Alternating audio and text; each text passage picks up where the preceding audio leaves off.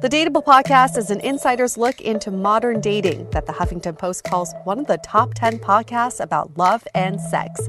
On each episode, we'll talk to real daters about everything from sex parties to sex droughts, date fails to diaper fetishes, and first moves to first loves. I'm your host, Yue Xu, former dating coach turned dating sociologist. You'll also hear from my co-host and producer, Julie Krafchick, as we explore this crazy dateable world.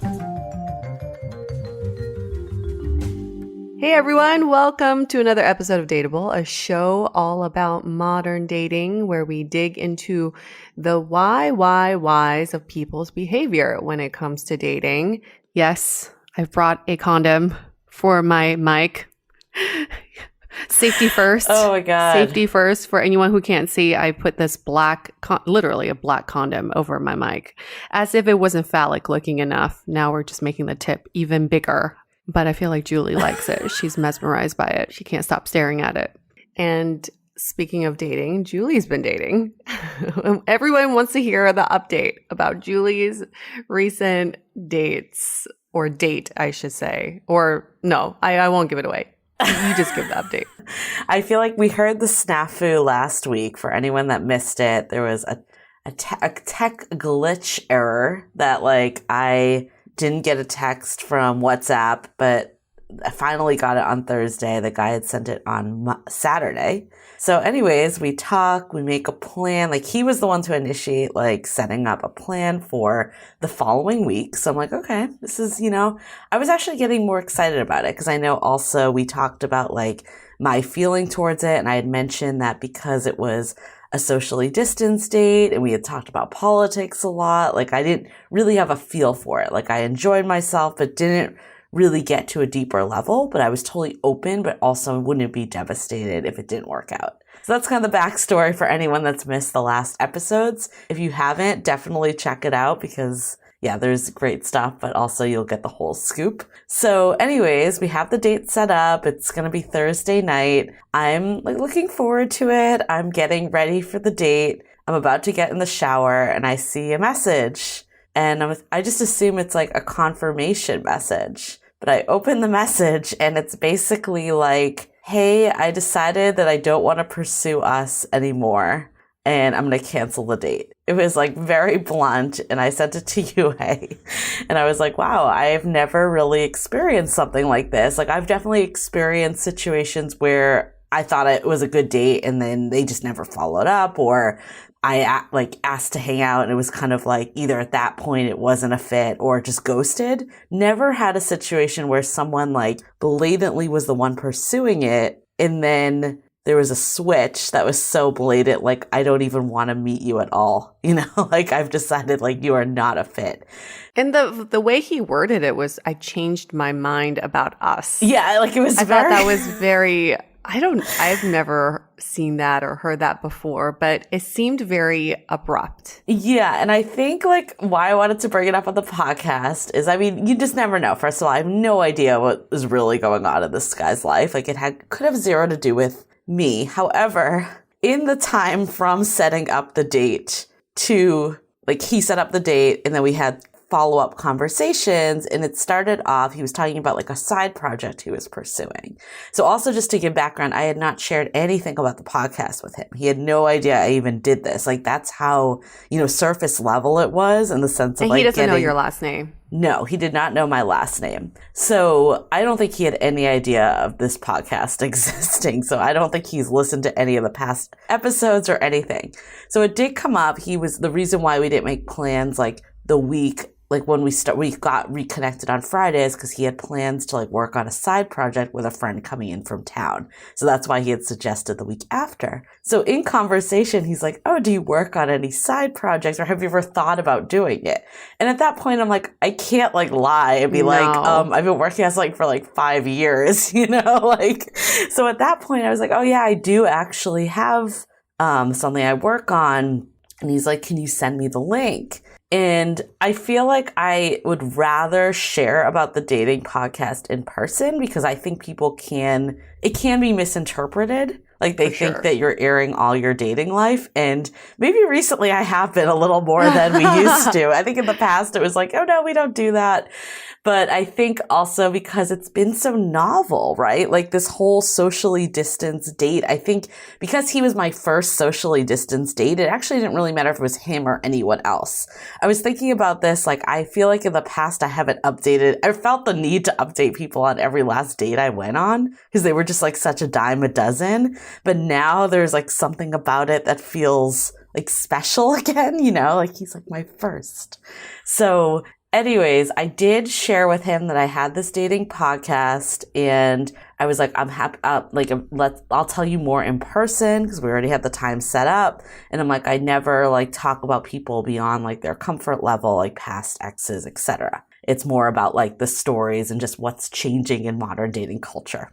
But you didn't tell him the name. I didn't tell him the name because I didn't want him to Google us. I think also what made me take a step back, I think if the last couple episodes we had it like explicitly talked about this, I was like, oh my God. I was like thinking about it. And you know he'll start there. Right, exactly. I was like thinking about it. I was like, oh my God, the last couple episodes we like literally like the last one, there's no misinterpretation that was him, right? With like the glitch of like, I'm not having tech glitches with that many people. And I think like you also were like, on a scale of 1 to 10, like, I know. And I was like thinking back and I'm like, oh my God, if I heard someone, like, I know it wasn't meant in like a personal way to him because I just felt like we didn't have that banter yet. But if I had heard someone be like, oh, I'm a 5, you know, like I probably wouldn't be that excited to meet them either. Right. So I was like replaying everything that I had said. I was like, oh my God, I do not want this guy to hear it. And I think that's a lesson to me that if I don't want someone to hear something, I probably shouldn't be saying it.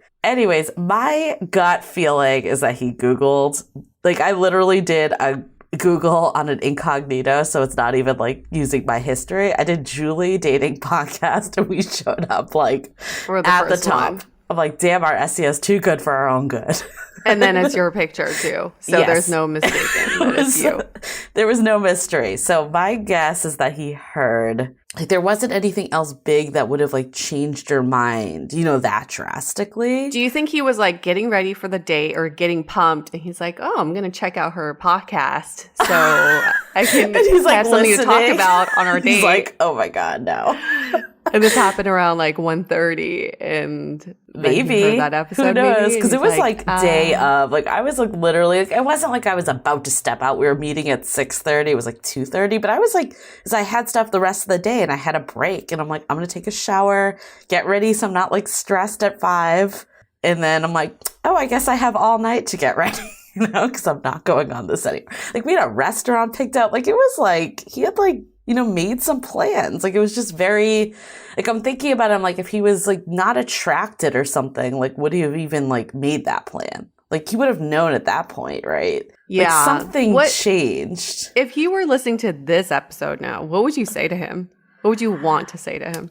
I think what I'm going to take away from this, like, I'm like, I can never control his behavior. It literally could be not this at all. Like, I have no idea, right? But I think for me, like, I definitely want to share dating updates with people on the podcast, but I think I'm going to try to be a little less specific. I think I got a little overzealous because it was the first person. So I do want to say, like, if this did offend you in any way, like, I do apologize for kind of giving private, I mean, I don't think I disclosed anything super private, but talking about someone against their will necessarily, I think I would maybe not do that in the future and keep it a little more general. That's the trickiest thing about having a dating podcast because you want to talk about your dating experiences, but then there are people who are victims of the storytelling. Exactly. And sometimes we get caught up in the storytelling aspect. We forget that there is a person behind that story too. Right. So that's, I think any dating podcaster has definitely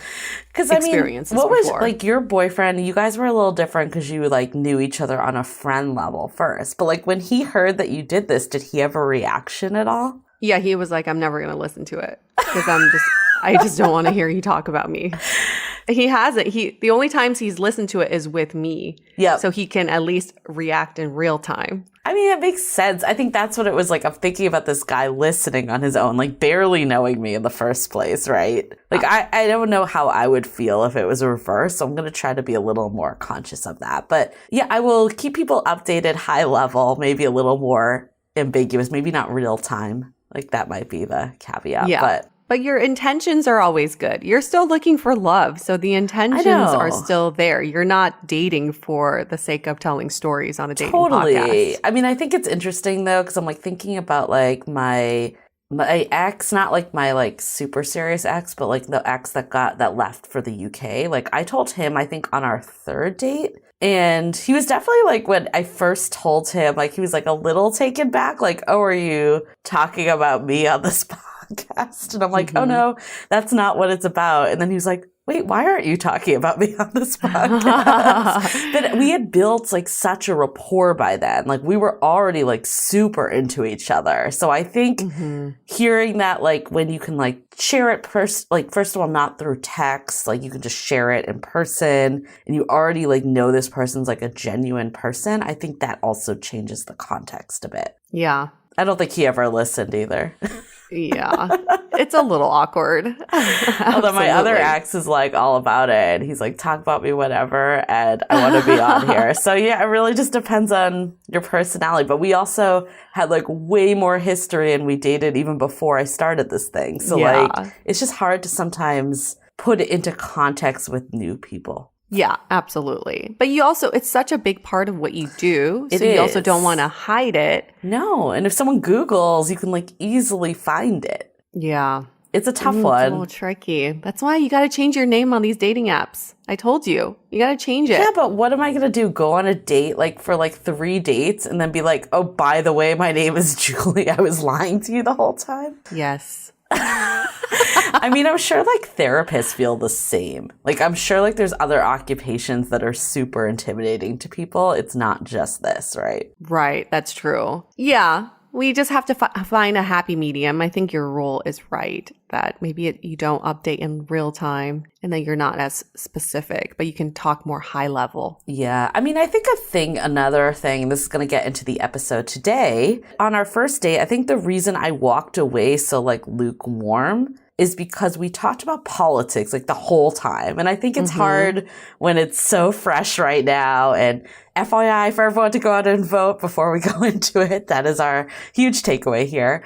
But I think we talked about it so long and we actually had similar views. So it wasn't like a, like butting head situation, but I walked away being like, that was a good conversation. I'm glad I heard where he's coming from, but I could have literally had that convo with you, Yue. There wasn't anything about him that I like learned. Like I didn't really learn like what made him tick, like what he, like who he was as a person. Like it was kind of like it was very interchangeable. And I think we'll go into it in this episode. Like I think politics are really good to gauge someone's values, but it might not be something that warrants like the entire conversation because then you're just like losing out on them as a person. It's such a hot topic right now, especially this week. This week is going to be even more. How can you not talk about politics on a date, right? And then next week, I mean, it's just going to be a hot topic for so long. But we made it the only topic for this date.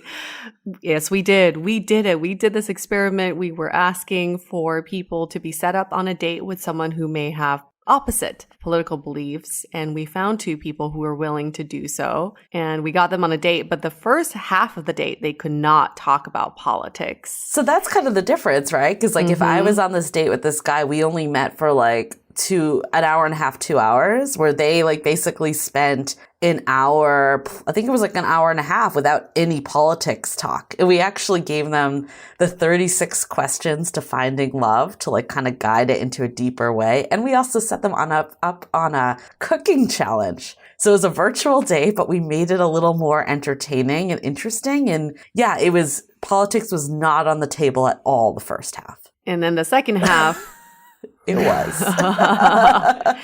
Open the floodgates. Let's talk about it. Interesting about this too is we didn't actually have 2 people that were super extreme. Like there was one that like the 2 people we had, Kiki and Tom, they were both more like independent. That's how they considered themselves. Kiki definitely leaned towards Democrats. She said she's only voted for Democrats in the past. She was voting for Joe Biden. There was no question about that. She's a Black woman, so she like felt very like things were personal with Trump. So she's very against Trump. And then Tom, on the other hand, is more conservative. He's still like he doesn't identify as like full right, but he's still more conservative. He was raised in a very conservative upbringing. And what he calls a cult. Yes, he mentioned that he calls it a cult. We didn't call it a cult. He called it a cult. That was self-proclaimed words. And he also, he was basically debating between Trump and then Jorgensen, who is the libertarian candidate. So he was very much no on Biden, just the way he thought. He didn't believe in the way Democrats ran office and did government practices. So, yes, we had two extreme views.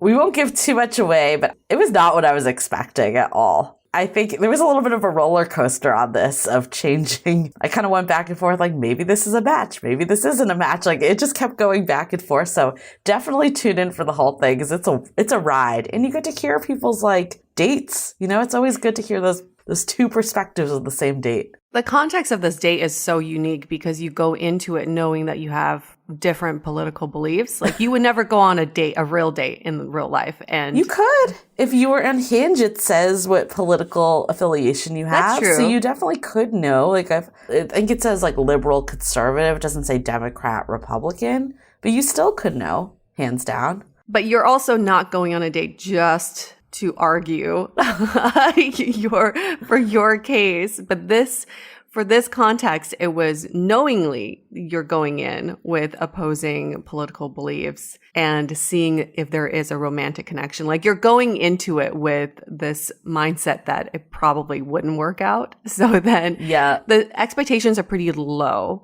But it is, I agree with you, it was a very fascinating outcome of what happened. It was like a roller coaster. We could not get a good read on the two of them. But at the end of it all, we had a lot of takeaways. So I will leave it at that because we don't need to, leave it at that. More. But for anyone that is triggered by this, both people were very open. And they said that was what their expectation was, that people would sign up for this, weren't going to be super, racist comments or just the things that I think are very triggering to people. And I think for me, that was eye-opening because when we posted this, there were a lot of comments I would never, all people of this or this, very blanket statements. And I think even talking, I talked to a woman that we didn't end up going with because we couldn't find a match there. It made more sense the people we chose. But she was saying that she gets outright hate for her views. And I think whether I agree with them or not, or whoever agrees with them or not, it's still a lot of judgment is being passed right now without looking at the person as a person. And I think it was a reminder. I think my other thing is I keep getting all these alerts of Republican Facebook groups that I joined to find someone. Gosh. We actually ironically didn't end up using anyone. It was listeners of this podcast, but I joined a bunch of Republican groups and I keep seeing them pop up and I'm I gotta remove this. Oh my gosh. Yeah. Facebook is so confused by your political beliefs right now. She seems like she's undecided. Yep. But the main point of all of this is to go vote. Yes. Go vote. Go vote. It is so important to early get your vote voice if you can. Heard, yes, and get your voice counted. It is very, very important. And get your voice counted when it comes to our reviews too. We want to hear from you. If you go into Apple Podcasts, you can tell us what you think about us. Give us 5 stars if you think we deserve it, and leave us a little comment or a long comment, whatever it may be, because we want to hear your voice and why you're listening to us and how you even found us and where we can even improve. We're always down for more feedback. Yep. And if you want to talk to us even more, Instagram, we're always on Instagram. And if you feel like you were inspired by an episode, triggered by an episode, you want to be a guest on the episode, DM us on Instagram. That's the easiest way to reach us. Yep. And then the Facebook group, just want to do a quick kind of PSA, is we do have questions. One of them is what does being dateable mean to you? Mm-hmm. And that's the only one that's technically required. There's some optionals too. But we actually are looking at those because we do want to make sure this is a safe space. And especially right now in the time of politics, there are a lot of like bots and like fake accounts out there. We definitely don't want to be denying Dateable listeners, but if you don't give us any info, it makes it hard because we also don't want to be we just don't know who's listening, right? Like we can't put your name to this. So, I know it only takes us like, it's maybe a little annoying to write something, but it takes a second. If you could just kind of drop something so we know that you're a real human and that we know that you're a Dateable listener, that will help us keep the community safe. So big announcement time, shall we? Is it a big announcement? People know about this, but it's a repeat of a big medium announcement. A medium announcement. It's a yellow announcement, not a red announcement. We launched the sounding board, and we have already gotten so many people join this community. It is our newest offering that we've been trying to do for years. I think we've been like thinking of a way to help people date better and smarter in a context of personal development. So it's not coaching. It's not telling you all these shortcuts or hacks. It's really about digging deep into who you are, knowing yourself better, and how you can take control of your love life. So we called it the sounding board. It is a monthly offering, and there are multiple tiers to it. You can just go to dateablepodcast.com/sounding board to find out information, but we are limiting the spots so we can have more quality attention or pay quality attention to everyone who joins.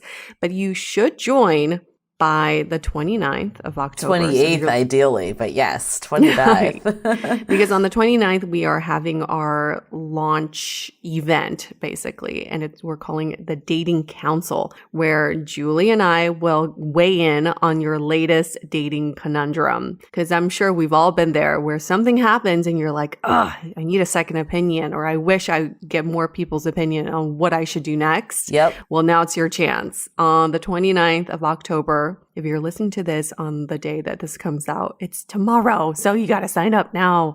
Sign up. So if you sign up for the sounding board by the 29th, you will receive a free invite. And this is an invite only event. So you'll receive an invite to this event. I'm super excited about this. And also, like, if you don't have a conundrum, you can just watch. Like, you don't need to participate. But obviously, we want to help people as much as we can while making it entertaining. But I think, like, this type of stuff, like, why I'm so excited about the sounding board is because also, in addition, UA and I recorded our first exclusive audio that we're putting in the audio series that everyone gets. That's just, like, helps you kind of like take inventory of your own dating life and helps you navigate all the ups and downs. Like the down I was talking about, like I admit it was a little discouraging, like getting in that shower ready to go on a date and then getting that. But I thought back to how I would have handled this like 3 years ago. I think I would have taken it a lot more personally. I would have maybe even just blamed him, where in the fact, like, yes, it was discouraging, but I could see, like, how can I react to this? I ended up, like, going out with a friend and we had, like, a really fun night. So I'm like, okay, I was able to, like, not dwell on this, think poorly about it. And also, like, what can I change in the future? Like that's what's in your control. Like just seeking out like what other people are doing is never going to really help you get there. So I think that's why we're super excited about this, is that we can help people really shift their mindset. Because the reality is we can't control what dating throws at us, or when you're in a relationship, new stuff comes up. It's all about how you communicate, how you perceive it, and how you move forward. In addition to having access to both Julie and I as your dating Sherpas, you also have access to each other people who've joined the sounding board to use as your sounding board as well. And we are so keen on creating a high quality community that is really empathetic and also just great listeners for each other. So it's not just us, it's also this community that you're subscribing into. And you know, I got to take this time to thank our sponsor, because sometimes we just need all the sounding board that we can get, right? Yep. So thank you so much, BetterHelp, for making this episode happen in these unprecedented times. Some of us may be experiencing some crazy feelings. I know I felt some feelings that I haven't felt in years. Know that you're not alone in this, and knowing that working on your mental health is the best thing you can do for yourself right now. So BetterHelp offers online counseling with professional, credible, and compassionate therapists in a safe and private environment. Their counselors specialize in depression, pandemics, relationships, trauma, and many other areas. With 3,000 U.S. licensed professionals across all 50 states, they make it easier than ever to find help. And in fact, so many people have been using BetterHelp, they are recruiting for additional counselors in 50 states. Now, for Dateable listeners only, you get 10% off your first month with the code Dateable. Get started today by going to betterhelp.com/dateable and join over 1 million people taking charge of their mental health. Again, that's betterhelp.com/dateable and use the code DATEABLE for 10% off your first month. And switching gears a little bit, you all know we're a part of the Frolic Network, and there are a ton of other fabulous podcasts on the network as well. One of them we want to give extra attention to on this episode. It's called Too Stupid to Live. It's a comedy podcast hosted by comedy writer and actor Becky Feldman, along with a hilarious guest every time. And what do they do on each episode? They review romance novels that are $5 or less. Oh, God. That's right. Each episode is filled with naughty reviews, sexy excerpts, and perceptive analysis on those steamy book covers. She covers the gamut of romance genres that may even go off the rails a little bit, like dinosaur erotica. Whoa. Yes, dinosaur erotica, yes. Not sure what that could be, but you just got to listen to the podcast to find out. It's called Too Stupid to Live, and you can find them wherever you consume your podcasts. Wow, we need to talk about dinosaur erotica. I'm definitely going to tune in for that. That seems like a topic that we need to go down. I have no idea what that even could mean. We have a wish list of all the topics we want to cover, and that's definitely not on our list yet. So, No. Who has a dinosaur erotic fetish? Anyone? Anyone? Anyone? They're out there. Lid for every pot. That's what we always say. They're always out there. So what if all your political views are opposing, but you both have the dinosaur fetish? Then you're soulmates. You're just meant to be. So meant to be. Okay, well, let's see if our two guests are meant to be, Kiki and Tom.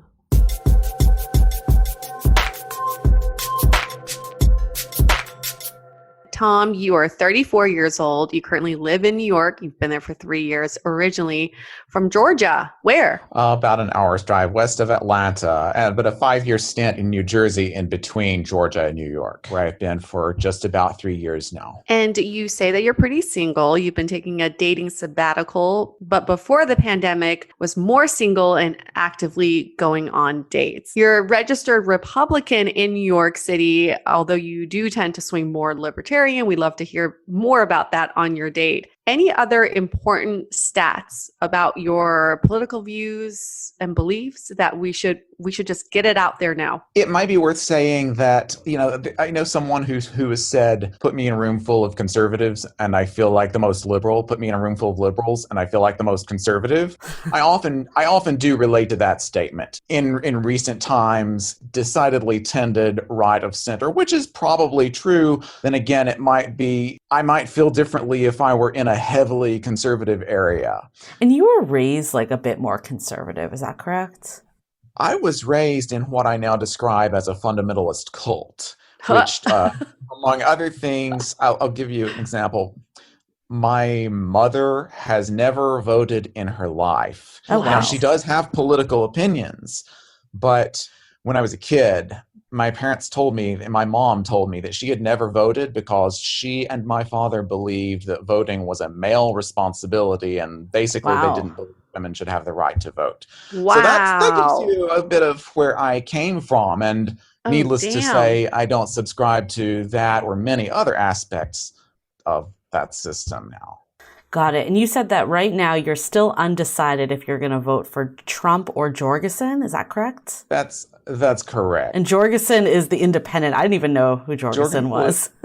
Jo Jorgensen, the Libertarian Party candidate. To double check this, but I believe she is the one and only third party candidate who is on the ballot in all 50 states. Tom, why were you interested in doing this experiment? Well, when I saw the call put out there, I thought it would be an interesting thing to go into intentionally. I've been on dates with people who didn't share my political leanings, but it was never politics. Rarely have I really discussed politics. Almost never have I discussed politics on a first date or with someone through a dating app. Is that because you are in New York where everyone's pretty liberal? Like the majority is liberal? Could be. I haven't given much thought to that angle of the question, honestly. That might play a part into it. People often tend to get so polarized and hostile toward people with views that are different from theirs, which I try not to do personally. There are some people, friends of mine and professional colleagues, whatever, who I think very highly, who don't necessarily share the same political belief systems or philosophies. Going into something like this with the intention of seeing how it goes and how both people react and respond to the situation intentionally with kind of opposing viewpoints politically, I thought would be a valuable experiment. Love this open-minded mindset and just being open. What are some of your expectations going in then? With first dates in general, a common saying, which I tend to try to live by, is no expectations. Whatever happens, happens. I would expect that the other person would have some level of open-mindedness, and that we would, if we get into political topics where we might disagree, I would expect that we could have a civil conversation. I noticed in the Facebook group where Julie put out the call, I noticed that someone posted a comment, a derogatory comment, like I could never be with someone who, and it was like put out a few tropes like science denial and so forth, which I think are maybe some degree of truth in some cases, but big oversimplifications. I figure someone who would make that sort of statement probably would not be interested in this sort of experiment. So that's a good point. For that reason, I guess I do have somewhat of an expectation that it would be someone who maybe, I'm probably in general maybe closer to the middle than to the far left, although I could be wrong about that. There are people on the far left and the far right who are more open than some of us typically associate with people on the fringes of the political spectrum. So is there anything like politically, if she disagrees with you in any way, that would make you kind of feel like this is a date you have to exit? That I would just be like, this is the end of the date. No, I really don't think so. As long as she is, open to discussion, open to civil disagreement, if that's, I don't really think there is anything that would result in, I can't continue this date. Even though this is a social experiment and it's virtual, it's still a date. So what did you do today to prepare yourself for this date? Like, what are you wearing right now? This is your first date attire? Show it off. I see a polo, like a purple color polo. Yeah, nice. Purple polo and jeans below that. How did you choose this outfit? I figure it's not too casual, but also not overdressed. A virtual thing at home. Do I want to go into overdressed mode? No. But do I want to go in a ratty t-shirt and shorts? Exactly. Also probably no. Right. So have you been doing a lot of virtual dates, or is this one of your first? A couple of months ago, as I was just starting to dip my toes back into the scene. So this will be a first time on video. Oh, wow. Okay. Zoom virgin. You are brave. Love it. So how are you feeling? How are you feeling right now before we, take a break to hear from your date, and then we'll send you on the date? How are you feeling before we go in here? A mix of excited and, maybe a little nervous. I've never done the virtual date thing before. And I've also never done an experiment in which I'm going on a podcast or show or whatever for a dating experiment. Are you nervous at all about the political side, or is it more just the same pre-date jitters that you would have on a normal day? Maybe more the same pre-date jitters that I might have on a normal day, but I think the show, the podcast aspect maybe adds a little to that. Got it. You definitely seem very passionate about politics. You're knowledgeable about politics. You're also open to talking about it, which is what's going to make for a very interesting date that you're about to go on. Are you ready to meet your date, Kiki? Ready as I'll ever be. Kiki, what's up? Hello. She is looking gorgeous. We'll have you describe your outfit in a little bit, but who are you? You're 35 years old, currently live in New York. I love that you put your zip code on here. Oh, right. Upper West Side. Hey, shout out to Upper West. 10023, y'all. Originally from DC. She's pretty single and she's been on a dating sabbatical like everyone else during COVID. And she is a registered Democrat. Anything else we need to know about your political stance that you think is very important for the audience? Actually, correction. I'm a registered independent, but I've always voted Democrat. But even in New York, I thought you needed to register as either an Republican So or I am Democrat. registered with Washington, D.C. Oh, okay. The loophole. There we go. Yes, I've moved Loophole. around a lot and I've been registered with DC forever. And so, yeah, I'm a registered independent, but I've always voted Democrat. The main reason for that, me being independent, is I just don't like anyone thinking they automatically have my vote. Like, you know what I mean? I want everyone to, I feel as though it should be that you come and you actually put things on the platform that people care about, and that's why they vote for you. And I've felt more and more lately like it's supposed to be that you just vote one way or the other based on your party. And we're going further and farther apart because we just have these two parties and extremes. Yeah. And I feel as though that's kind of causing the problems and issues. And if we could all kind of try to see each other and get more aligned and kind of come closer towards the middle, I think we would be much better. And so, like, to do that and to set an example, I've always done what I think more people should do, which is register independent now. I think that's very smart. I was talking to my friend from Australia, and he was saying you don't register with a political party, but you vote on policy. Yeah. So you're not divided by these political like party beliefs, but it's more like where do we stand on just on this one particular policy. I thought that was very smart. You're planning on voting Democrat this election? Yes. Yes, I'm voting for Biden and Harris. Okay. 100%. So I guess that being said, like, what made you interested in this experiment? Even though I really feel as though we're divided, and a lot of the reasons we're divided seem to come down to core values and beliefs, though. Like, I feel like there are big differences. I still feel as though I am hoping people are open. Like, I'm hoping to still change minds, like to bridge gaps and get people to get aligned. And if I'm not willing to be open, I can't expect someone else to be. So that's kind of where I'm coming from. That's a really good way to put it. I feel like people are never taking that onus on themselves ever. But even though you're very open-minded, you're also very passionate about politics. So have you thought about what are some maybe triggers that someone could say that would make you leave the state or tell them off? I mean, if you're completely insensitive to race matters, it would be very difficult for me. I mean, I think there'll be some things where I would just be like, this is someone I don't even know if I could be around. Like, it could feel violent to me. And so that would be a response where I would be like, I'm done. And just to give people color, because they can't see you, you are a Black woman. So I think that is important to also put in context for people. I'm a Black woman. I'm open to talking about race and racial injustice and whether, I mean, I've had debates about whether or not systemic racism exists. That's fine. But there's just like, if there was a certain boundary crossed, then that would be a huge no-no for me. And I'd be out. And they would hear about it. And if that happens, you can call it, you know, that's always an option to call it. But I think generally outside of just things being like really insensitive, I think I would be pretty okay. I can hold my own. I can stand my ground still and be respectful. So, yeah. Any expectations going into this date? None whatsoever. I think this is like kind of the fun part of it. Like, my expectation is, and maybe I'm already biased, I guess, going into it, right? Like, I'm already like, all right, are we going to even get along?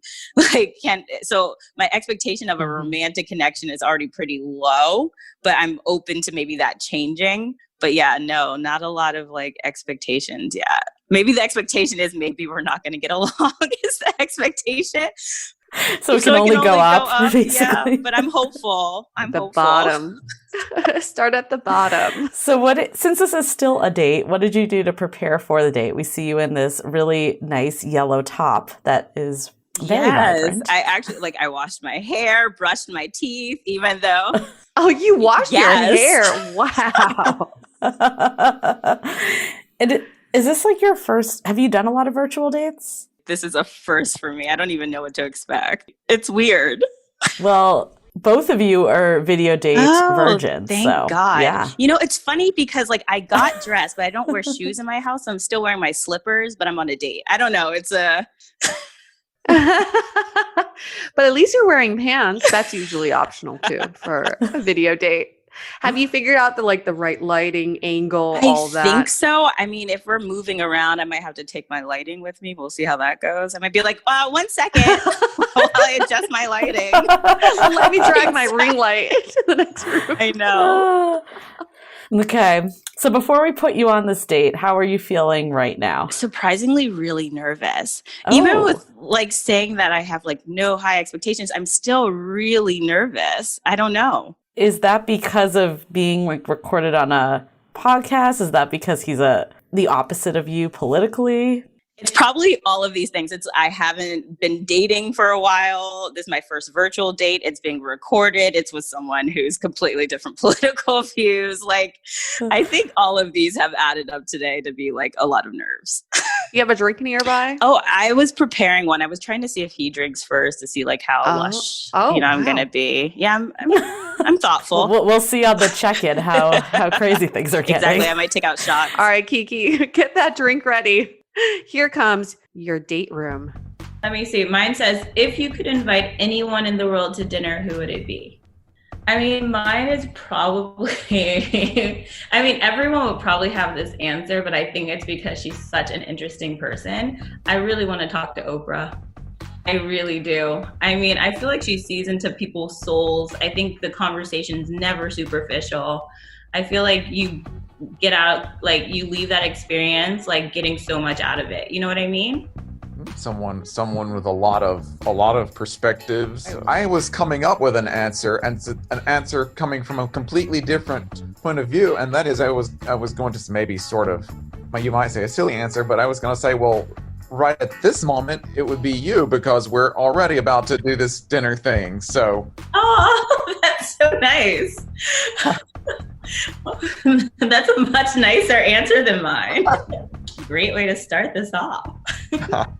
Another question? Yeah. Let's see. Would you like to be famous? In what way, if so? Okay. So I am studying to be an actress.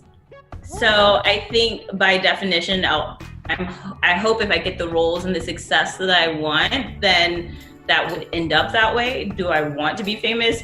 Not really. If I could figure out a way to do amazing roles that touch people and impact people without being super famous, that would be great. But I hear you on that, and I think my answer is similar. I'm a musician. oh, And so, yeah, the arts, we have something in common right there. If I were to do something, a composition, a recording, or some project that I really felt was of great quality and something I was really proud of, a part of me says it would be really cool to, for it to be known to everyone, and maybe for my name to be known at least very widely. But then at the same time, do I want all the difficulties that maybe are associated with fame, with great fame, being a household name, being stalked in the streets, like everyone and their mom trying to get your autograph. yeah. Can't even go to the grocery store or whatever. Yeah, no, 100%. I wish that there was a way to have, half of it, but I think they both come together with each other. So I don't know. But does it ever stop you from wanting to be that musician though? Will you take it if it happens? I think I would take it if it happened. Me too. And I asked, I pulled a joke. I asked, why did Adele cross the road? You ever heard this one? No. Why did Adele cross the road? so she could say hello from the other side. Okay. It's pretty good. I pulled this after a night of swing dancing, and I pulled this joke. And then next thing I knew, what song came on over the speakers where we were? Hello from the other side. Hey, she heard it and was like, well, gotta play it for you now, help you. I guess so. I'm gonna say that's pretty good for all of the cross the road jokes. Yeah, it definitely beats the chicken. Yeah, 100%.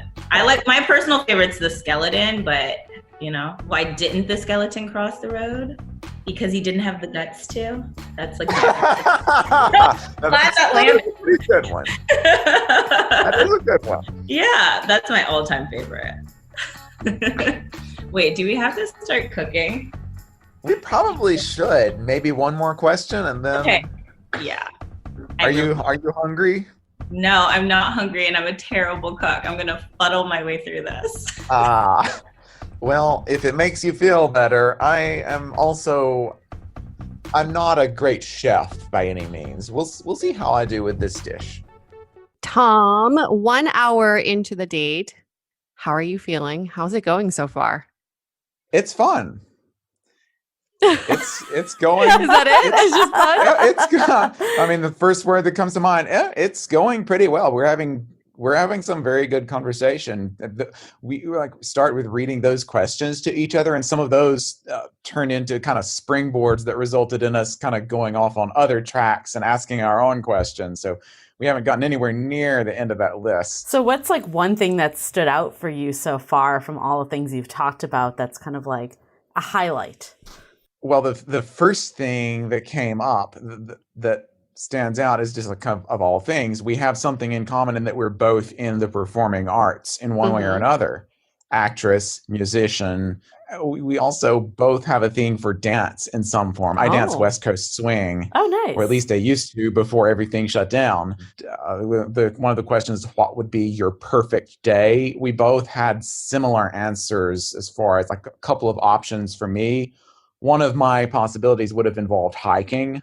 Another possibility could have involved West Coast swing dancing. So her answers on that, hiking or even being in a park, that sort of. So we had a lot of interesting answers in those regards in common. Another of the questions involved tell your life story in 4 minutes or less. She got through hers, and she has quite a story. And I haven't gotten to mine yet.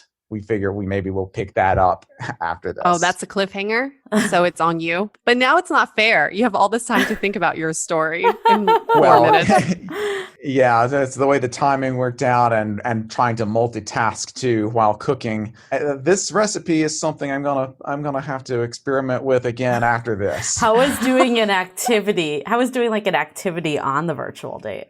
Well, it's a little less awkward than I maybe would have expected. I've done activities, maybe not cooking, but I've done activities like this with people over Zoom or whatever before. It seems like it's more conducive to some form of meaningful connection than I would have expected an activity like this to be. I think it seems to be facilitating a good evening. What's standing out for you so far about the date and about your date, Kiki? The conversation is flowing much more naturally than some of my answers to your questions. Maybe that tells you something. The conversation seems to be flowing pretty naturally on both of our ends. Any red flags so far? I wouldn't say there are any red flags so far, just going off the top of my head. Have you ever dated someone like Kiki before? Honestly, I don't know the best way I don't know how to answer that. Okay. In this hour or so, she seems like a pretty familiar person already, I could say, even though we're barely starting to get to know each other. And have you dated interracially before? Like, is that something you're open to, or how are you feeling about that piece? I have been on like at least a first and maybe in a couple of cases second dates with someone of a different race or ethnicity. I haven't been in anything approaching long term interracially, but I have been on dates with in a couple of cases at least that led to a second date. So that's something that you've been open to before. Yeah. How do you think she thinks the date is going? If you had to guess.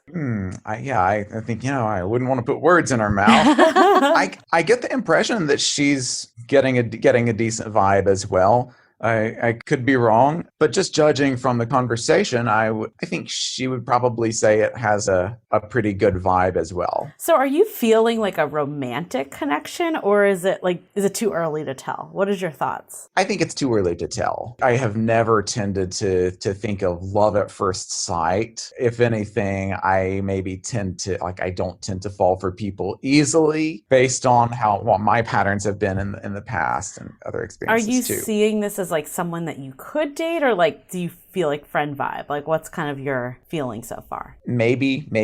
Okay. Oh. Open. Okay. And if you had to describe Kiki to your friends, because they're curious, they're like, Tom, tell us about the date that you just went on. What is she like? How would you describe her? She's a very personable individual with whom I have perhaps a surprising number of things in common interests, or at least general feel so.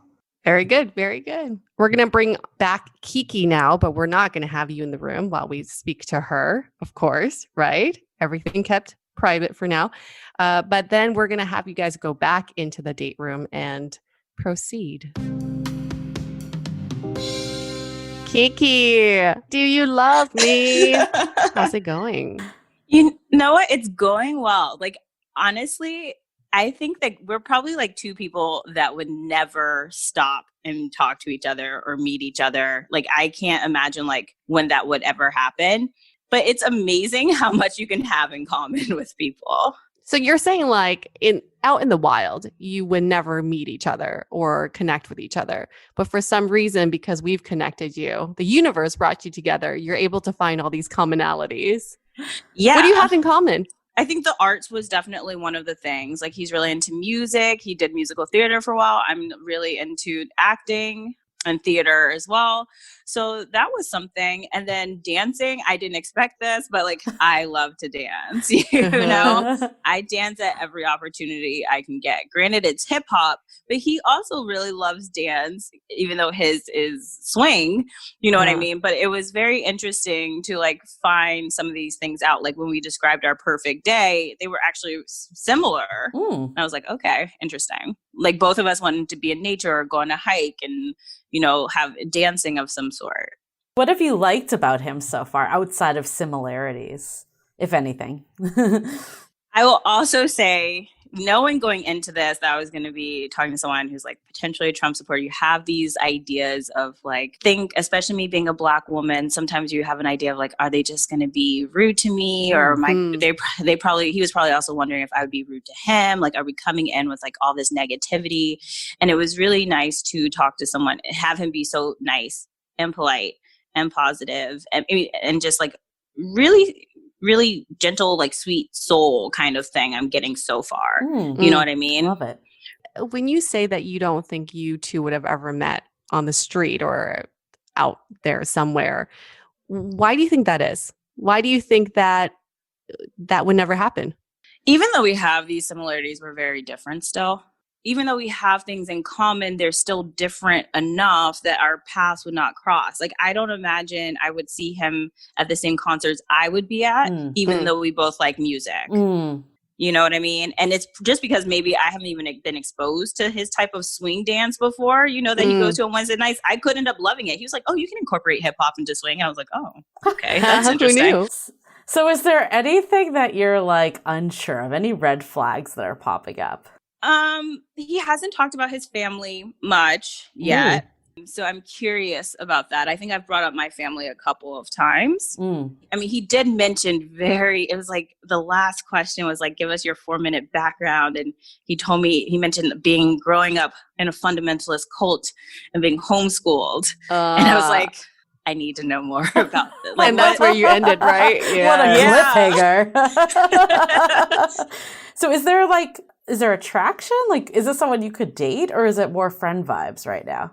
I'll say right now, friend vibes, but I'm even surprised by that much right now. Okay. Like, I'm taking it very slowly. Like, it's growing more. So I definitely feel friend vibes, but we'll see how the rest of this goes.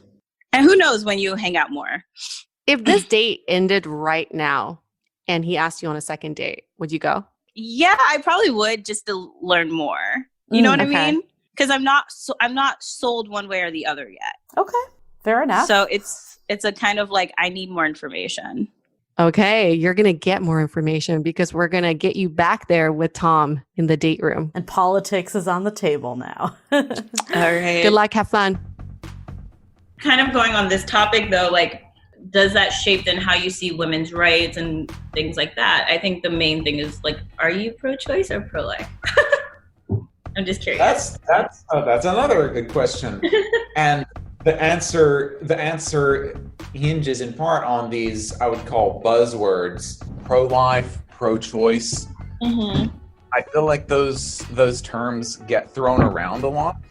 At what point does a baby, in or out of the womb, become a person with its own agency whose life should be protected? Is it the moment that the baby fully makes its exit from the mother's body? Yeah. Is it some other moment shortly before then? What is the defining point? If you define that point as being something previous to birth, then how do you defend abortion, except in cases where it is necessary for the life of the mother, which is an exception I would always be inclined to agree with. So I would say that I tend to err more toward the pro-life side, but I don't really buy into all of the pro-life camp either. Yeah. And some may say, well, you haven't experienced it, which you can't experience it, which is true. I think it was really interesting because I read this article that said it's hard for women, I think, to end or terminate their pregnancies, especially if they're later and they carry them to term. You know what I mean? It's like a part of you. Like this is, especially if you get out of the past, like the first trimester, let's say, if you get past that, which I think is a lot of things that people talk about. Like if you get past that point, at that point, I think women generally have this sense of like trying to keep it, like, or they're thinking about it. Like it's not an easy decision to just turn on and off or make, So if a woman makes a very tough decision like that, which I think is very difficult to make, I'm just kind of the sense of like, she gets to make that because it can't be an easy choice. As someone who had an accidental pregnancy herself, and I say accidental in the sense of like, I was using condoms with my boyfriend out of high school in college, and I was seeing all my college dreams about to go up in smoke because either he can't use the contraception right or contraception isn't made to be 100% effective with condom. You know what I mean? Like my whole life is about to go up in smoke of everything that I worked for, my parents worked hard for. Like I wouldn't have been able to provide for a child. I would have ended up right back into the world I was trying to escape. You know what I mean? And so I had to register as a Republican in order to vote in a Republican primary in New Jersey or New York. It was not the case in Georgia, which had open primaries. If I were in a state with open primaries, I would be registered as an independent. That's how I'm registered right now as an independent. It's really frustrating because I can't vote in the primaries for the people that I like. But it's one of those things that I've always identified to with Democrats. So I guess like what makes you identify more with the Republican candidate? Is it these specific issues or is it something else? I just don't have that much confidence in the Democratic approach to some of the economic issues. That would be one big thing. And then when it comes to one of the controversial things, of course, is the issue of the courts. I guess the best explanation I can give without, and it's probably one of those things that once we end this, the perfect answer will come to my head, or maybe not. Evaluating perceived pros and cons, I guess, is... No, I mean, that makes sense. So I guess the question would be for someone like, because for me, and maybe this is it, like Trump to me has represented so much negativity. Like I think about him referencing law and order, not denouncing racists. And I think about, his rhetoric has been so aggressive. Like to me, it just and his like lack. I don't think he's been running things very well with the pandemic. Like all of these things to me feel like almost like personal. You know what I mean? How do you feel about that opinion when you hear someone who feels like what he's doing is very personal and hurtful? Do you align with that? Do you have sympathy for that, compassion for that? And then how does that inform how you decide to move forward?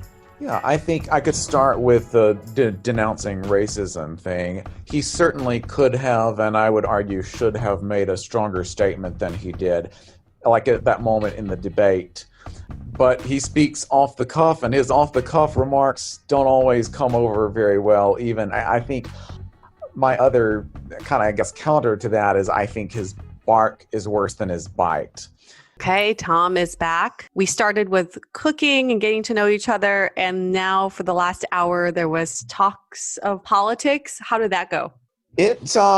We had a civil dialogue. Which is what I would expect. It's a very civil answer.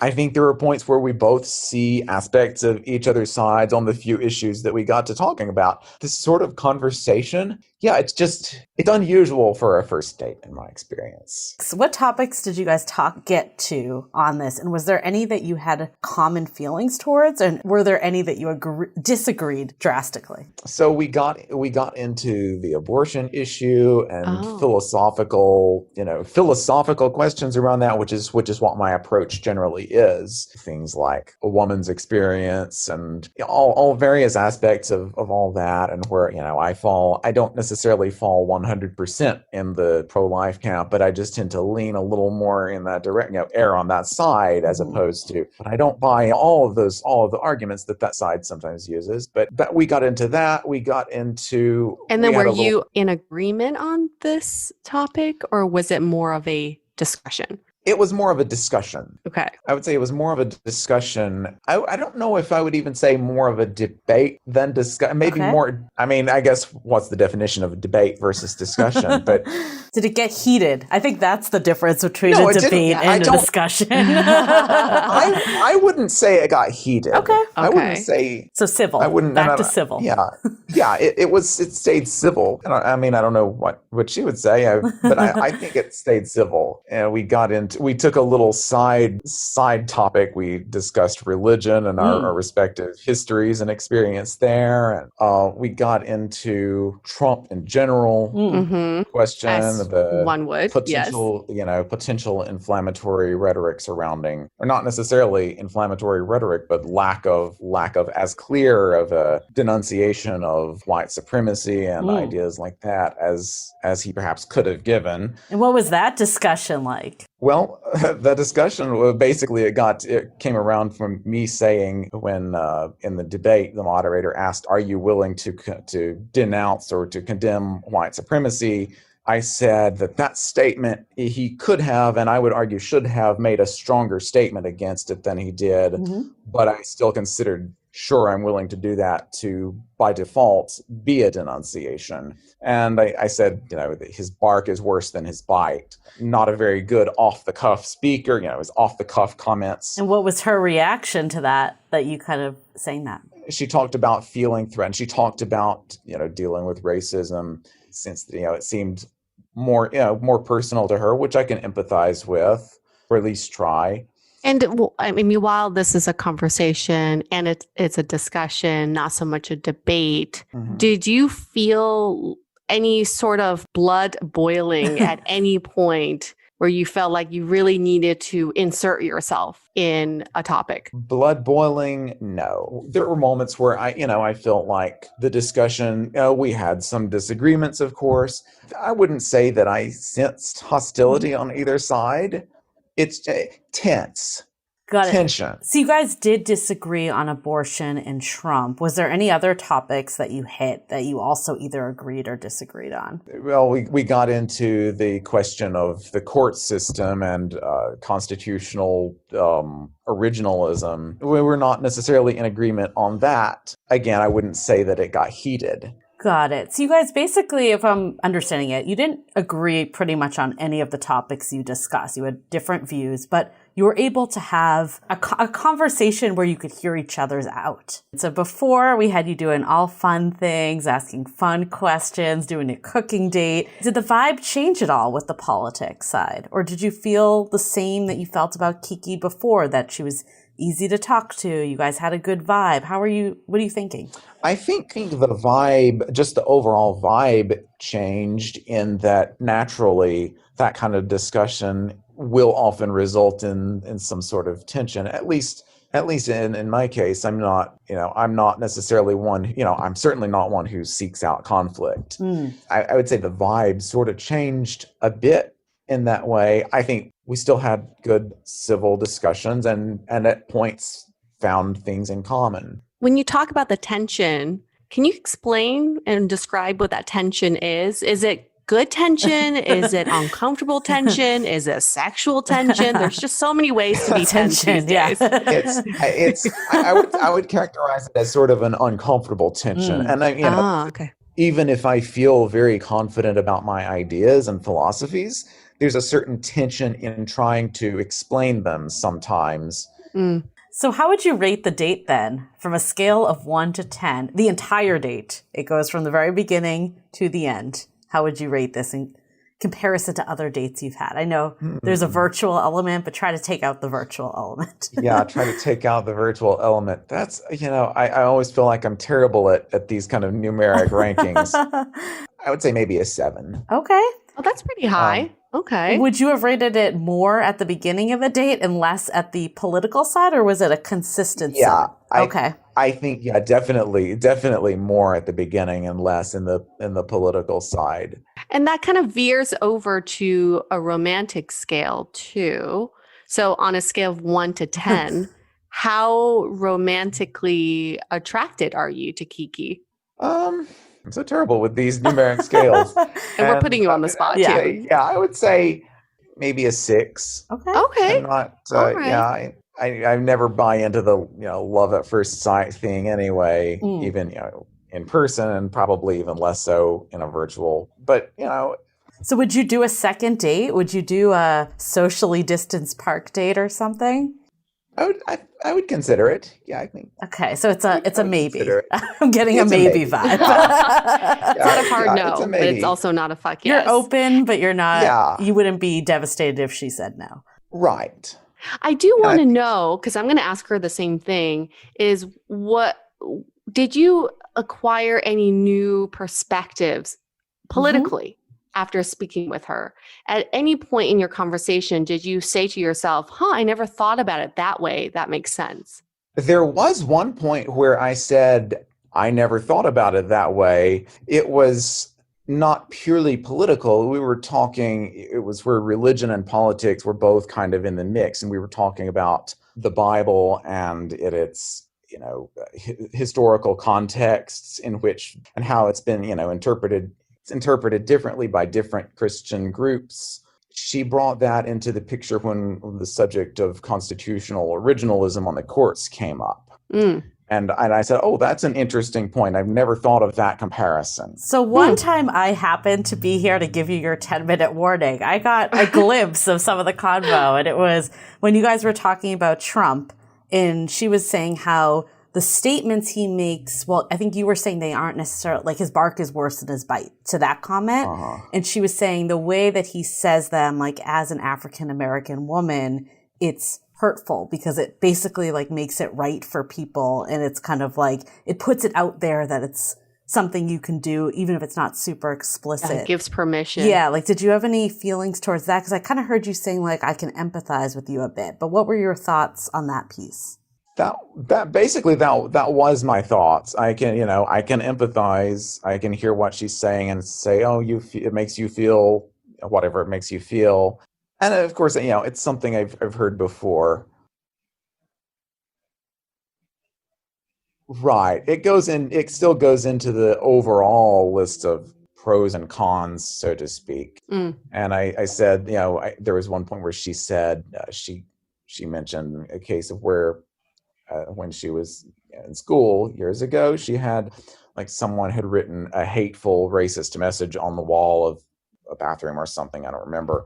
And I said, yeah, if Trump were to say something like that, I don't think there's absolutely no way I would consider him. Got it. So to your point, you just don't see it as extreme necessarily, but you hear where she's coming from. Right. And I do see there are some who are extreme who maybe support him, but I see them as also being on the fringe. Mm. Okay. So after doing this experiment, taking Kiki out, but just in general, would you go on a date with someone else that was more liberal or more progressive? Yeah, I mean, and I certainly have before. It just wasn't in a context where politics were really potentially on the table. Would you, I guess maybe a follow-up question is, would you go on a date where politics were discussed? Because I mean, I'll be honest, like even on dates I've been on that are not recorded from this podcast, politics comes up because it's big right now. So if it was to come up on a date and that was a conversation where you had opposing views, like would that be something that you could feel like okay having that conversation, or would after this experience you be like, this isn't something I want to do? I think it would still be a maybe, case by case basis. Okay, let's have you give you a break, and then we'll have you come on just for a very quick wrap up at the end. So stand by. Okay. Thanks, Tom. Hello. Hello.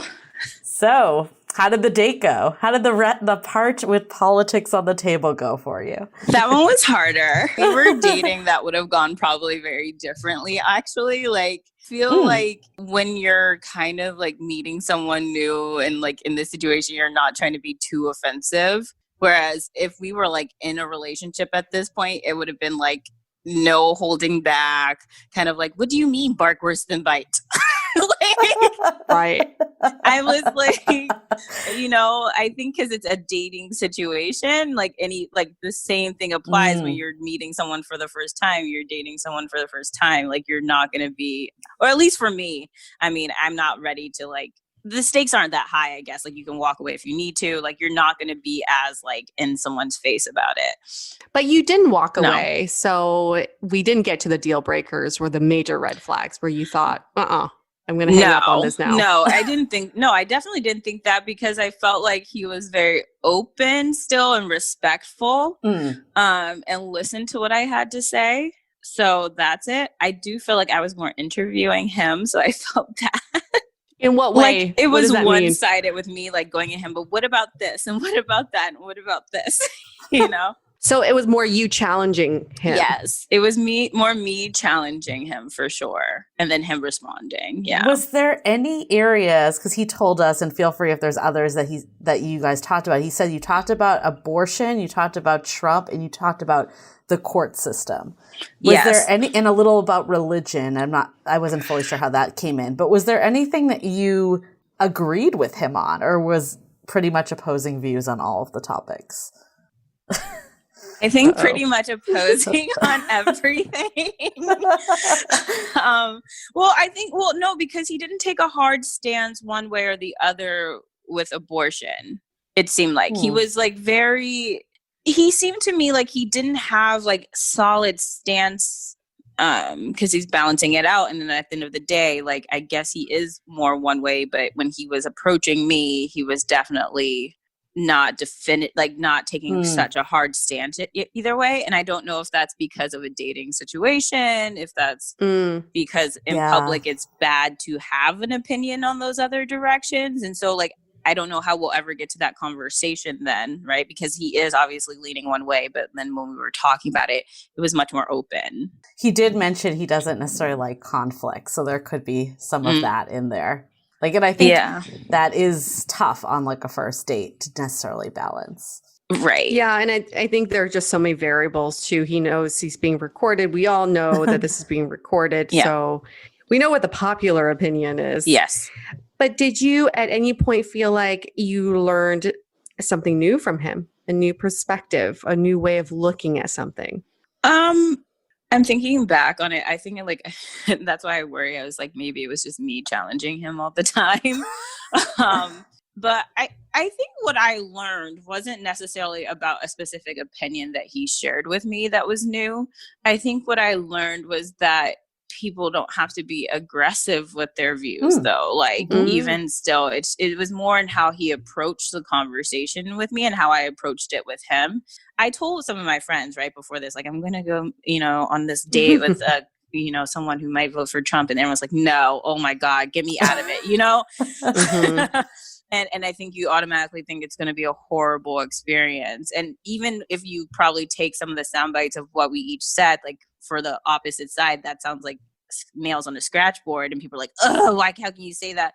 But I think the fact that we were having such still a good conversation, keeping it so respectful, keeping it open, not reacting so quickly like that, I think that was what I really took away from that with him.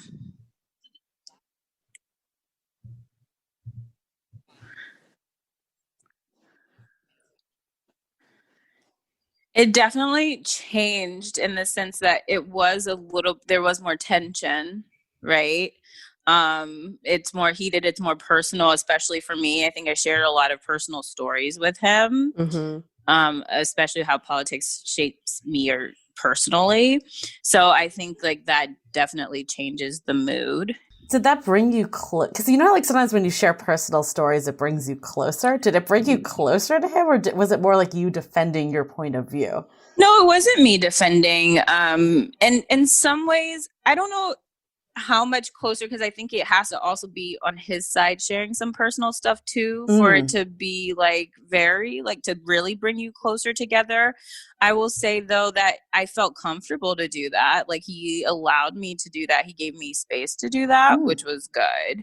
And I think that I didn't feel a distance. Like it didn't bring us further apart by any means. I'll say that, which it could do.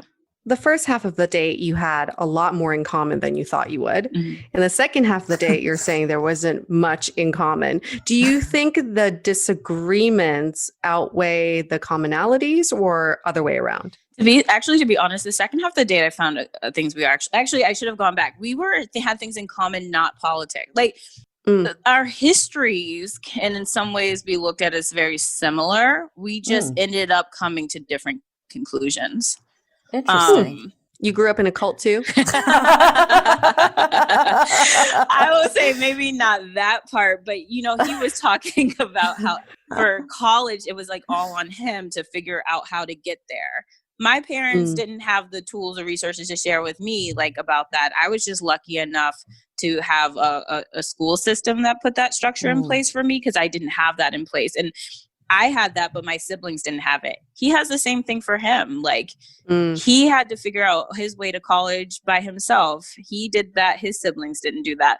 Like his mother has never voted for very different reasons, right? Because of religious beliefs and how they were raised. My dad has never voted, but for very different reasons, so we do have, I think there is more in common.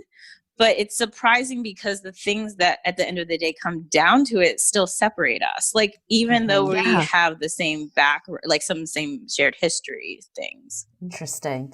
So if you were to rate the date on a scale of 1 to 10, taking the virtual piece out, because I feel like that's a little hard in general, as much as you can, how would you rate it? Obviously 10 being the best. I would give it a 6.57. Oh, okay. Yes, I would say like 6.5. Round up. Yeah, okay, round up if you want. And why 7? That's pretty high. It's high because I told you guys going into this, my expectations were so low, and I was like, I don't know how I'm gonna go into this. I don't know what he's gonna be like, if he's gonna rub me the wrong way or be really aggressive in his views, and he probably, vice versa. He could have the same opinion of me, but I think just because it was open, it felt comfortable. I was nervous going into it, and I lost my nerves, and there wasn't anything. Yeah, I think because I felt comfortable, it was fine. It was good. Yeah, I watched you guys. It's like for a little, and you were just like chatting away. I was actually kind of blown away. Yeah. Kiki always has something to say. On a romantic scale, 1 to 10. What would you rate the romantic potential of Tom? I would put that, unfortunately, I would put that like closer, like 4. Okay. Explain that. Because like, I don't know. It's actually hard because I'm like, I wonder under different circumstances with more time, like, could we come to more common ground? But like, the things that do separate us are so personal to me that it's hard to overcome. So when someone says to me, you know, Trump's bark is, I mean, they think his bark is worse than his bite. For me, that bark meant so much. Yeah. And so I think one of the biggest things in a partner for me is to be understood is such a huge thing, to feel like I'm very understood. And so I don't know if I could feel understood in that situation, which takes the romance away from me for a bit. So I kept hearing him say, I empathize with you, but you still didn't feel like he like heard you. I felt he empathized with me, and I definitely, that's why I say I do like that and I do hear it. But then he said it again, which made me feel like, okay, maybe he doesn't fully get it for me. But I don't know. Because like I said, I don't know if that would just take more time to getting to know someone. I mean, I met him for the first time. I'm not expecting him to change, right? Like after meeting one time, but I guess I shouldn't be expecting anyone to change. That's my partner in general, right? You shouldn't be expecting someone to change. Realistically, he's probably not going to change his views. Yeah, exactly. Which is, I think, the hardest part of that, which makes me not feel that romance there, because I'm going into it wanting to change someone. Okay, so that being said, would you go on a second date if it was socially distanced? This is so hard because like part of me is like, I don't know if even like the attraction was there from that point of view, but I'm like, is that because it's virtual as well? I don't know. I mean, I'm finding it very hard in my gut to like, the spark is not there. I think the other part of me is like, do I put too much emphasis on the spark? Welcome to girl lives and what we're thinking about all the time. So many internal conflicts. So what's the answer then? Yeah, but really, what's the answer? Yes or no? If I'm put on the spot, I would try it again. I'm very much on the fence about it, like not like sold, but I think I would try and see where I got. I would probably give it one more. Okay. And then taking Tom out of the equation, would you be open to going out with someone again that is known to be Republican or potentially voting for Trump or definitely voting for Trump? Yes, I would be open to it again. I think this was like a very positive experience in the sense of like, I can have a conversation.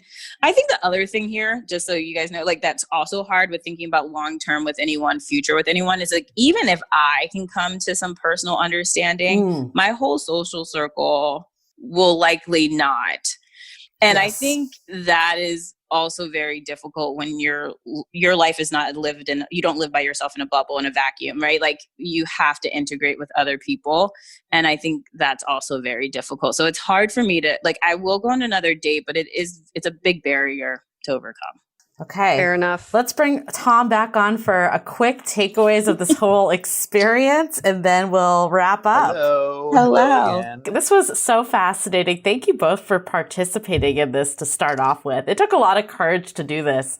So thank you again for doing that. No, it was fun. I really enjoyed it. Thanks for having me. Very brave, both of you. And I feel like overall, you both had a very similar output of the entire date. You were both kind of maybes on doing a second date. You weren't like hard yes or hard no, but you were both willing to potentially give it another chance. There was definitely a more fun vibe at the beginning, and then the politics part. I think you both used the word tension. And not conflict, which is good. Tension is much more positive than conflict. Love that both of you had a very open mind going into this. And just the fact that you agreed to do this experiment just shows how open-minded you are. And knowing that this wasn't a forum to debate, but a forum to discuss. So very much appreciate both of you doing that. My major takeaway, honestly, is that it's all about the context and the mindset of how you start a date.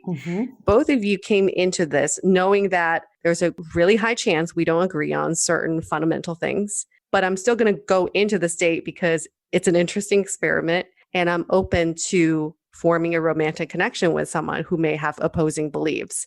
I think when it comes to everyday modern dating, we go into dates thinking, is this person going to like me? I want them to like me. Even if you're like not that interested, it becomes this winning game. I want this person to like me. So I think the context made it so different that you're able to form a deeper connection and have more of an open discussion. Yeah, I think my biggest takeaway from this whole thing is that, you know, we could say, like, you were both kind of more, you're not even extreme on both sides, yet you did still disagree on a lot of the fundamentals. And I think we can't, like, politics this day and age is no longer just about policies and economics. Like, that, let's be honest for what it is. It is social values. It is values in general. I don't think this experiment has proved that necessarily two people can date for the long term. It might prove that people can be open to a short-term arrangement to have a couple dates and do that civilly. But I think what I've taken away from this is I think it's important to have the conversations about politics and anything that's your values. I totally do. And I actually went on a date recently and we spent the whole time talking about politics and we agreed. So it wasn't like a conflict, but I walked away being like, I don't know if I like formed a romantic connection because we were talking about such deep things like from the start. And I do think there is something about dating of like being a little lighter on the first date, like similar to the first half of your date. And not saying that you should never talk about the deeper stuff, but that kind of comes on date 2 or 3, like as you're getting to know each other and you've built up that rapport. Because I think you both mentioned it's hard to have like a disagreement with someone when you barely know them. So it's like you're kind of holding back. So I think it's like forming that bond first and then having the harder discussions. I mean, I will just say, just chiming in here, like maybe it's like we don't need to be talking about politics actually all the time right now. Exactly. Like I would say is it's like we don't need to have these discussions. Like we need to actually just be spending time with each other and figuring out what, like having fun together and like figuring out what we do have in common. And maybe the rest of that does come in later. Down the line as we share. But I mean, we're not changing either of our opinions tonight. Nope. You know what I mean? Like that's not going to happen. So maybe it's actually more about the fact that we were able to have fun. We were able to have conversation and be respectful and form a connection, albeit maybe not even necessarily romantic, but like that's almost more important right now. I think it's so interesting what you said earlier, Kiki, and I'll fill you in, Tom.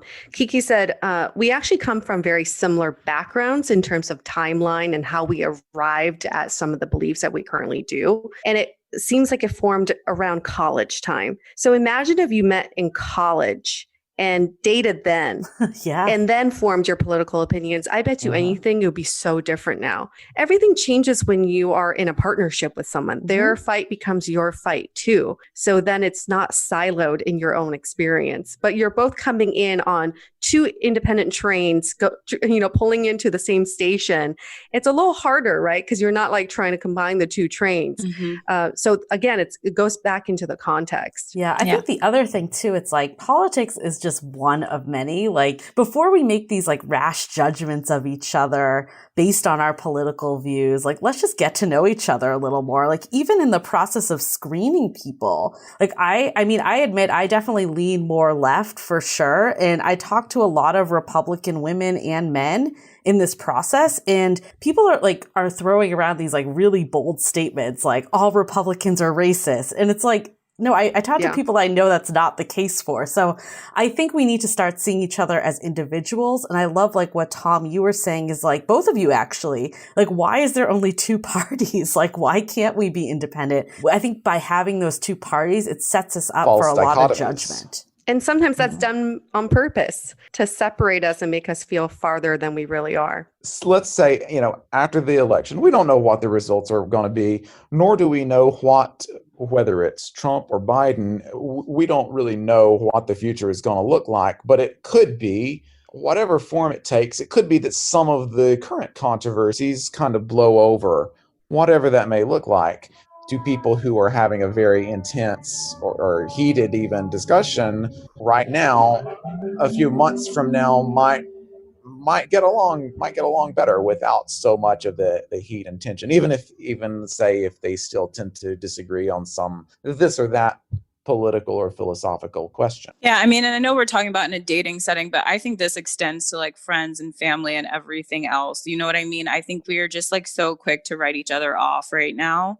I think that there may just be room for all of us to just kind of like, it would be nice, like to just take down the animosity and tension that we're all feeling as a nation, just like a nudge. Like, I feel like I would have more breathing room to even like be able to think and evaluate how I feel without it being heightened all the time or like constantly fueled and energized and like, you know, ready for battle. Even just taking it down with each other would just go such a long way. And yes, like ultimately in dating, I do think you have to like eventually like touch on these topics relative like sooner rather than later, maybe like just get to understand like some of this. But I think like we can take that lesson and extend it even just beyond dating though. Yeah. And maybe it's not like the first date. Like, it's kind of like when you ask someone like what they're looking for. Like if they're looking for like marriage and kids, you don't ask that on the first date before you even decide if you like them as a person. So it's like maybe with politics, it's similar. It's like, let's first knock off like if this is even a good fit, like everything else aside, and then let's go to those deeper questions. I think maybe it's not politics or which party that you support, but there are some fundamental values that people should agree on, like racism and systemic racism is a major one for me. And I would want to be aligned on that on a first date, not necessarily Democrat versus Republican. I think that can come at a separate conversation. I think politics is just so personal to people this year, especially that if the way you treat politics is exactly how someone else may be treating their politics too. So we have to be more sensitive when we approach these opposing views or opposite perspectives, because it's a personal attack that someone may take that as. So it's interesting to me because politics are like the glasses you were given to see the world. And if you're seeing it in one pair of glasses, it's really hard to see it from someone else's glasses. And it's so innate in us now to believe in certain things that it's almost as hard as explaining, why is my hair black? You know, if someone's like, your hair is black, why is it? I have to explain something that was given to me. And it's so ingrained in me. So I think the takeaway there is we all have to step back and question ourselves, why is it that I believe in this? And why do I think it is so important for me, for my partner to be aligned on the same thing? I love that. And I think values is core to everything, right? Like it is, I guess the question I have for all of you, maybe we could all go around once and then we can wrap this up. But like, there's always been this historic thing that you should never talk about politics on a date. After this experiment, after everything we know, what do we think there? And let's give you the scenario. Let's say it's after the elections and it's still a hot topic and you go on a date with someone. Is this something you should bring up? Who did you vote for? What do you think about the elections? How do you feel about the results? I think because politics are so personal right now, I mean, like you said, and it is very value-based, I think you bring up the things that matter to you. I think you bring up the values that matter to you on a first date. I think so, but I don't think you go into it ready for a fight. I think you go into it ready to listen and being very open. But I do think there are answers you have to have. But I just think that it's the way we're approaching it that's kind of off. And it doesn't have to be Democrat, Republican, et cetera. It just has to be like, what is your value base behind this so I can understand you and see if you understand me? Generally speaking, I think generally speaking, my inclination is not necessarily to go there too much on a first date, and I don't really envision that changing after the election. You know, if it does comes up, case by case basis. I think for me, what has opened my mind is it might not be like, are you a Republican? Like, or are you a Democrat? Like so black and white, but I will definitely talk about values and how they feel about the current presidents and the values they uphold. I would just freely talk about it personally, because I think it's important, especially if it's right after the elections. I'm sure everyone will have a reaction in one way or another. So if you don't address it on first date, you're kind of like ignoring the elephant in the room, which I think makes it even more awkward. So I think from this whole experiment, I guess what I've learned, I think to sum it up, is politics still are a factor for sure. Like that isn't going away. And I think, yes, there could be an opportunity if both parties are willing to listen to each other. However, that being said, there is a barrier, even if there are disagreements, just given our environments, given what politics means in this world today. All right, we're going to wrap this up. Thank you both so much for being brave and honest and open to this experiment. Not many people thought that they wanted to put themselves in this position. So thank you both for willing to do that and having an open discussion. It seems that you both said you'd be willing to go on a second date, and that could be IRL. So we'll leave that up to you if you think that could happen or not. I won't put you on the spot. No blushing here. We'll pass your emails along. You guys can decide if you want to pursue it or not. That door is open if you would like to open it. Okay, and we want to thank our listeners. If you like to be part of future social experiments, we love doing these dating experiments, so just reach out to us. You can find our contact at dateablepodcast.com. And don't forget those reviews in Apple Podcasts, 10 stars, s'il vous plaît. Then we can do more of these social experiments. We could probably do like 3 or 4 in a season. We just knock them out if we get more reviews. That's right. We have way more that we have planned for the rest of our lifetime, basically. Okay, we're going to wrap this up. Stay dateable. The Dateable Podcast is part of the Frolic Podcast Network. Find more podcasts you'll love at frolic.media/podcast. Want to continue the conversation? First, follow us on Instagram, Facebook, and Twitter with the handle @Dateable Podcast. Tag us in any post with the hashtag StayDateable, and trust us, we look at all of those posts.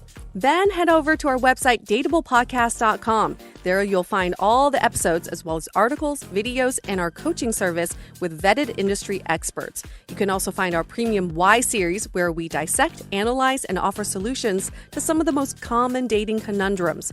We're also downloadable for free on Spotify, Apple Podcasts, Google Play, Overcast, Stitcher Radio, and other podcast platforms. Your feedback is valuable to us, so don't forget to leave us a review. And most importantly, remember to stay dateable.